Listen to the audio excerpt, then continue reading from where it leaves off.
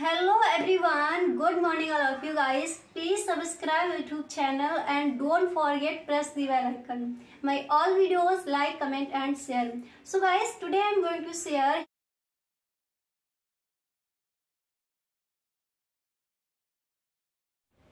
तो गाइस यहाँ पर देखिए इस पेपर का हम देखने वाले हैं यहाँ पर फुल सॉल्यूशन। अर्थशास्त्र में काफी सारे आपके कमेंट आ रहे थे कि मैम जो आप इसका सेकंड पार्ट है वो भी दे दीजिए, ठीक है। तो यहाँ से देखिए बहुविकल्पीय प्रश्न कौन कौन से आपके इम्पोर्टेंट हैं इस पर हम डिस्कस कर चुके हैं, ठीक है।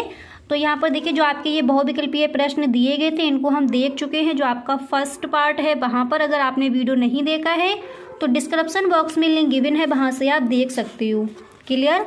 और आपके यहाँ पर रह गए थे जो आपके अतिलघु उत्तरीय प्रश्न है, लघु उत्तरीय प्रश्न है और विस्तृत उत्तरीय प्रश्न आप कौन कौन से तैयार करोगे। ये आपका बायरन मॉडल पेपर है, ठीक है। तो इसका यहाँ पर हम फुल सॉल्यूशन देखने वाले हैं। तो गाइस वीडियो में आप एंड तक बने रहें, ठीक है। तो जो आपके ऑब्जेक्टिव क्वेश्चन आते हैं इनको हम देख चुके हैं। अब एक बार अगर आपने वो वीडियो नहीं देखा है तो यहाँ पर इन प्रश्नों को आप लिख लीजिए, क्योंकि ये प्रश्न इस बार के बोर्ड एग्जाम में पूछे जा सकते हैं, तो इनको आप लिख लीजिए, क्लियर।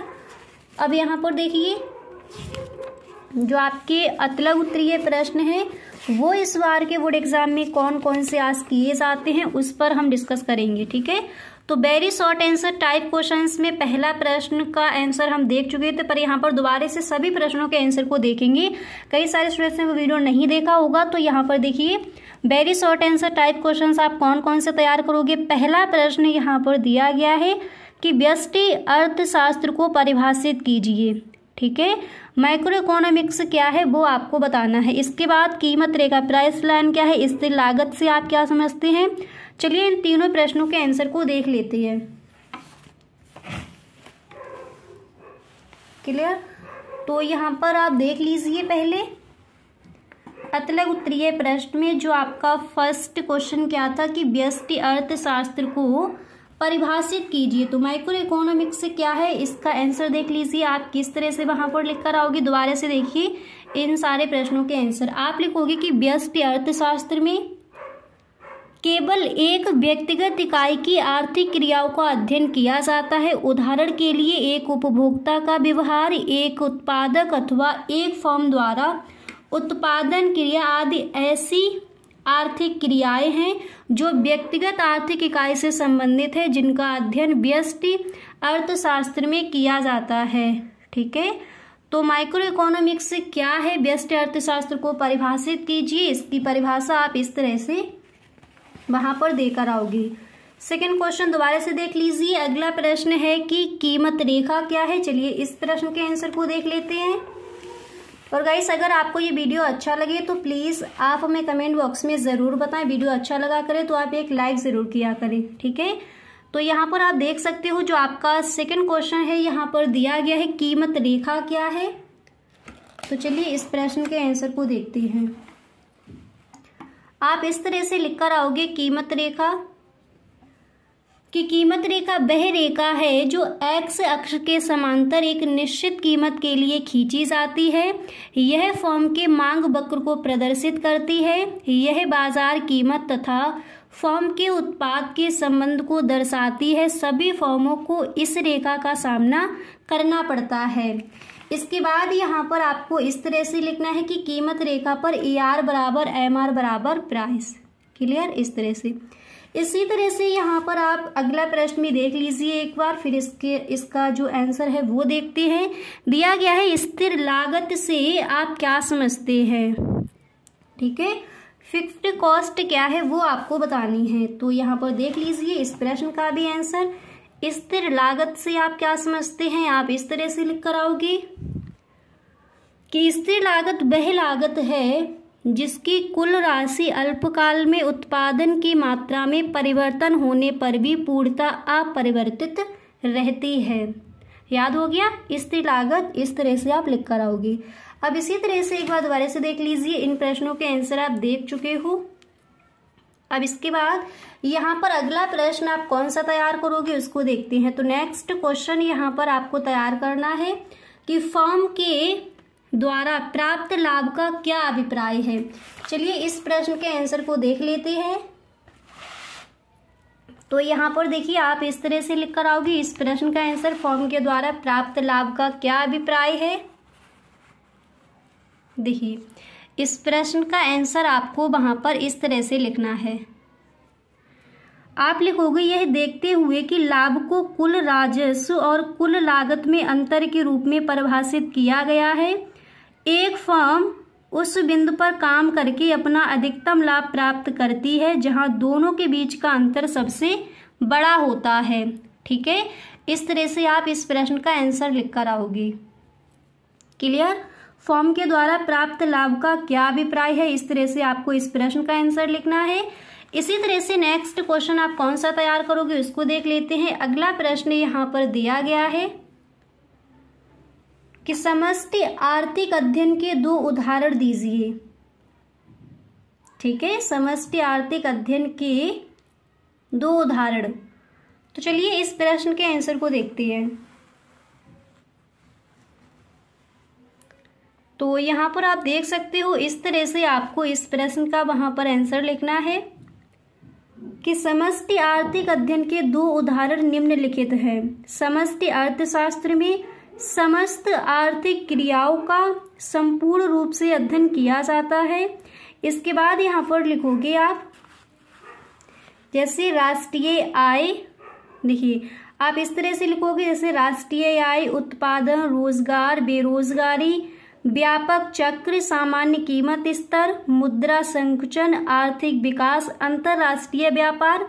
इसके बाद आप लिखोगे आदि ऐसी आर्थिक क्रियाएं हैं जिनका विश्लेषण इसके अंतर्गत किया जाता है। ठीक है, तो क्वेश्चन हमारा क्या था कि समष्टि आर्थिक अध्ययन के 2 उदाहरण दीजिए। आप इस तरह से इस प्रश्न का आंसर लिखोगे। इसी तरह से अगला प्रश्न देख लीजिए। तो यहाँ पर नेक्स्ट क्वेश्चन दिया गया है कि मध्यवर्ती वस्तुएं क्या है। आपको बताना है मध्यवर्ती वस्तुएं हम किन्हें कहेंगे।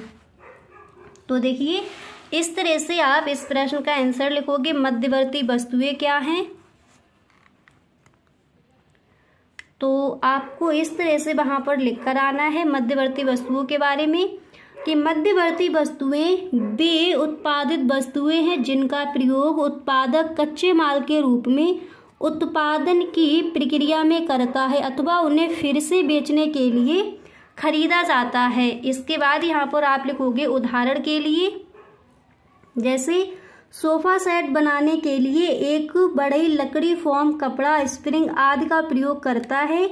ये वस्तुएं मध्यवर्ती वस्तुएं कहलाती हैं। Very very most important question है, इस बार आपसे आशा किया जा सकता है। तो मध्यवर्ती वस्तुएं क्या है सही ढंग से समझ लीजिए। व्यष्टि अर्थशास्त्र को परिभाषित कीजिए। कीमत रेखा क्या है, स्थिर लागत से आप क्या समझते हैं, फर्म के द्वारा प्राप्त लाभ का क्या अभिप्राय है, समष्टि आर्थिक अध्ययन के 2 उदाहरण, मध्यवर्ती वस्तुएं क्या है। इन प्रश्नों के आंसर को आप देख चुके हो। इसी तरह से दोबारा से पेपर को देख लीजिए। यहाँ पर नेक्स्ट क्वेश्चन आप तैयार करोगे। आप देख सकते हो कि समग्र मांग से आप क्या समझते हैं। तो चलिए इस प्रश्न के आंसर को देखते हैं कि समग्र मांग से आप क्या समझते हैं। तो आप लिखोगे कि समग्र मांग उस कुल व्यय को बताती है जिसे एक देश के निवासी आय के दिए हुए स्तर पर वस्तुओं और सेवाओं को खरीदने के लिए व्यय करने को तैयार है। ठीक है, इस तरह से आप इस प्रश्न का आंसर वहां पर लिख कर आओगे। अब देखिए समग्र मांग आपने देख लिया। नेक्स्ट क्वेश्चन क्या है उसको पढ़ लीजिए। अगला प्रश्न है कि उपभोग की सीमांत प्रवृत्ति क्या होती है। ठीक है, इस प्रश्न के आंसर को देखते हैं कि उपभोग की जो सीमांत प्रवृत्ति है वो क्या होती है। तो चलिए इस प्रश्न के आंसर को देख लेते हैं। तो यहाँ पर देखिए उपभोग की सीमांत प्रवृत्ति क्या होती है, आप किस तरह से लिख कर आओगे। और गाइस अगर आपको वीडियो अच्छा लगा करे तो आप वीडियो को एक लाइक जरूर कर दिया करें। ठीक है, तो यहाँ पर देखिए क्वेश्चन क्या है, उपभोग की सीमांत प्रवृत्ति क्या होती है। आप हेडिंग डालोगे उपभोग की सीमांत प्रवृत्ति। हेडिंग डालने के बाद आप इस तरह से लिखोगे कि आय में परिवर्तन के फलस्वरूप उपभोग में भी परिवर्तन हो जाता है, अर्थात जब आय में वृद्धि होती है तो उपभोग में भी वृद्धि होती है। इसके बाद आप लिखोगे और जब आय में कमी होती है तो उपभोग भी घट जाता है। इसके बाद आपको लिखना है कि सीमांत उपभोग प्रवृत्ति उपभोग में परिवर्तन तथा आय में परिवर्तन का अनुपात है। तो आई होप आपको समझ आ गया होगा कि उपभोग की सीमांत प्रवृत्ति क्या है, किस तरह से आप इस प्रश्न के आंसर को लिख कर आएंगे। अब एक बार इस पेपर को दोबारा से देख लीजिए। तो इन प्रश्नों को यहाँ पर आप देख चुके हो, ठीक है। इसके बाद अगला प्रश्न आपको कौन सा तैयार करना है उसको देख लेते हैं। देखिए अब यहाँ पर आपके ये आ जाएंगे, एक बार देख लीजिए पेपर को। अब इसके बाद यहाँ पर आपको ये तैयार कर लेने हैं लघु उत्तरीय प्रश्न, ठीक है। तो लघु उत्तरीय प्रश्न आप कौन कौन से तैयार करोगे इसको देख लीजिए। पहला प्रश्न है शॉर्ट आंसर टाइप क्वेश्चंस में कि सीमांत उपभोग प्रवृत्ति किस प्रकार सीमांत बचत प्रवृत्ति से संबंधित है। सीमांत उपभोग प्रवृत्ति किस प्रकार सीमांत बचत प्रवृत्ति से संबंधित है, ये आपको बतानी है। तो चलिए इस प्रश्न के आंसर को देख लेते हैं। तो यहाँ पर देखिए क्वेश्चन आपका ये दिया गया है, एक बार पढ़ लीजिए कि सीमांत उपभोग प्रवृत्ति किस प्रकार सीमांत बचत प्रवृत्ति से संबंधित है। सबसे पहले आप यहाँ पर इस तरह से आपको हेडिंग डालनी है। देखिए सबसे पहले यहाँ पर आप हेडिंग डालोगे कि सीमांत उपभोग प्रवृत्ति तथा सीमांत बचत प्रवृत्ति में संबंध। आप लिखोगे कुल आय का वह भाग जो उपभोग के बाद शेष बचता है बचत कहलाता है। बचत भी आय का फलन है। बचत में परिवर्तन व आय में परिवर्तन का अनुपात सीमांत बचत प्रवृत्ति कहलाता है। तो सीमांत उपभोग प्रवृत्ति किस प्रकार सीमांत बचत प्रवृत्ति से संबंधित है, इस तरह से आप लिखोगे। फिर इसके बाद यहाँ पर लिखना है आपको अर्थात MPS बराबर delta S upon delta Y। यहाँ फिर आप लिखोगे यहाँ MPS क्या है, सीमांत बचत प्रवृत्ति, डेल्टा S है बचत में वृद्धि या कमी, डेल्टा Y यहाँ पर है आय में वृद्धि, ठीक है। इसके बाद यहाँ पर आपको थोड़ा और लिखना है। देखिए इसके बाद आप लिखोगे कि सीमांत उपभोग प्रवृत्ति सदैव इकाई से कम है अर्थात MPC से बड़ा बंद और सीमांत उपभोग प्रवृत्ति व सीमांत बचत प्रवृत्ति का जोड़ हमेशा इकाई के बराबर होता है। इसके बाद थोड़ा यहाँ पर आपको और लिखना है, उसको भी देख लीजिए।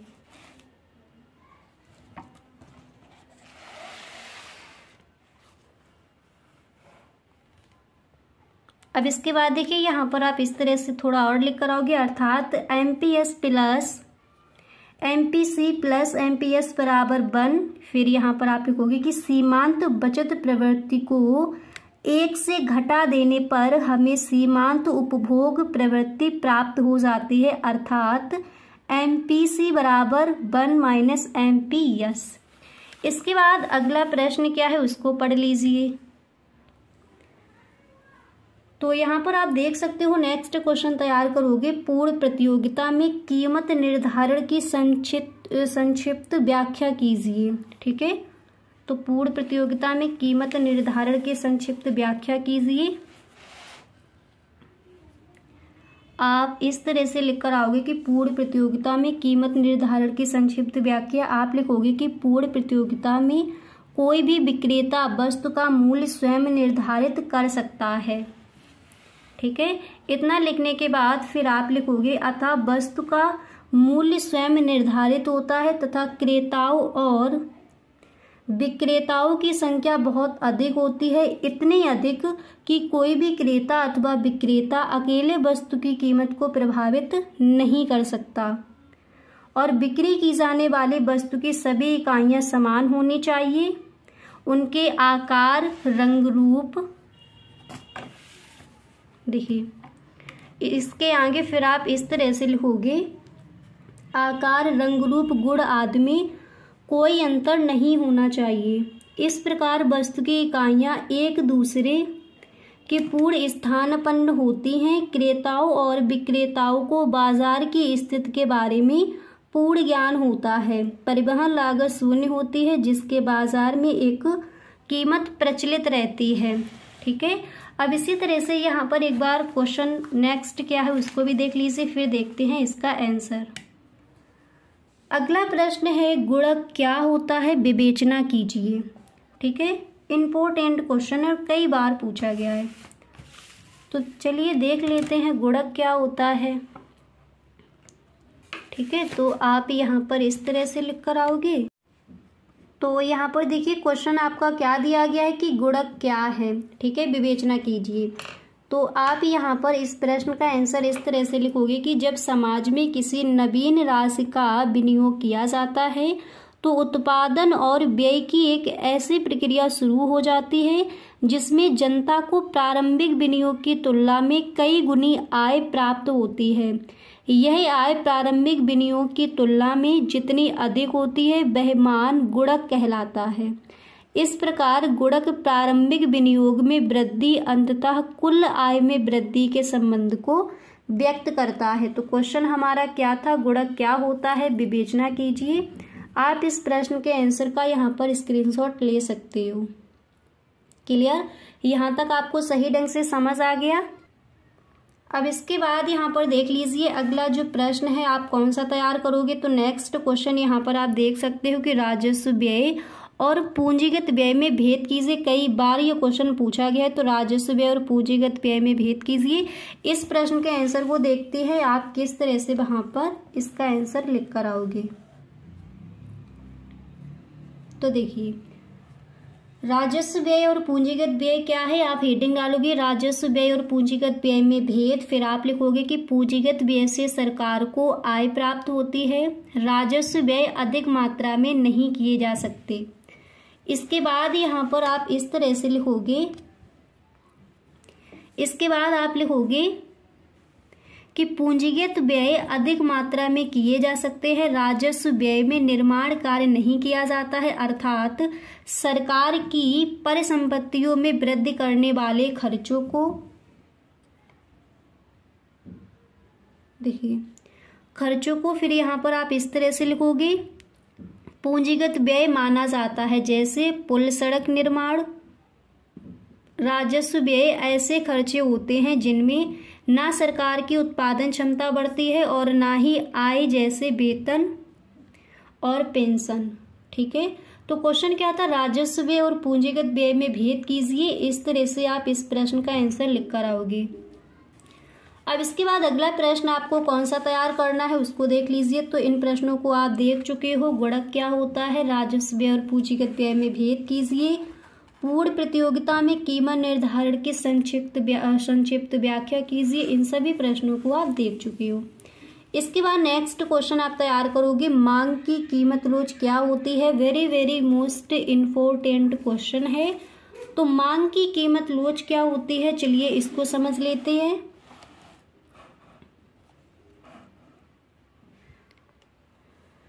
तो आप लिखोगे मांग की कीमत लोच क्या होती है। सबसे पहले हेडिंग डालोगे मांग की कीमत लोच, फिर आप लिखोगे कि लोच शब्द का प्रयोग प्रायः दो कार्यकारी शक्तियों की आवश्यकताओं के विश्लेषण के लिए किया जाता है।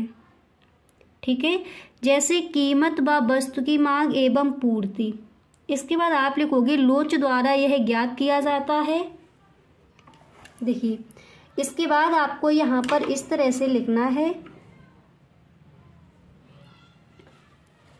लोच द्वारा, आप लिखोगे लोच द्वारा यह ज्ञात किया जाता है कि जब दो अस्थिर तत्व होते हैं तो एक तत्व के प्रतिशत परिवर्तन का दूसरे तत्व के प्रतिशत परिवर्तन पर क्या प्रभाव पड़ता है।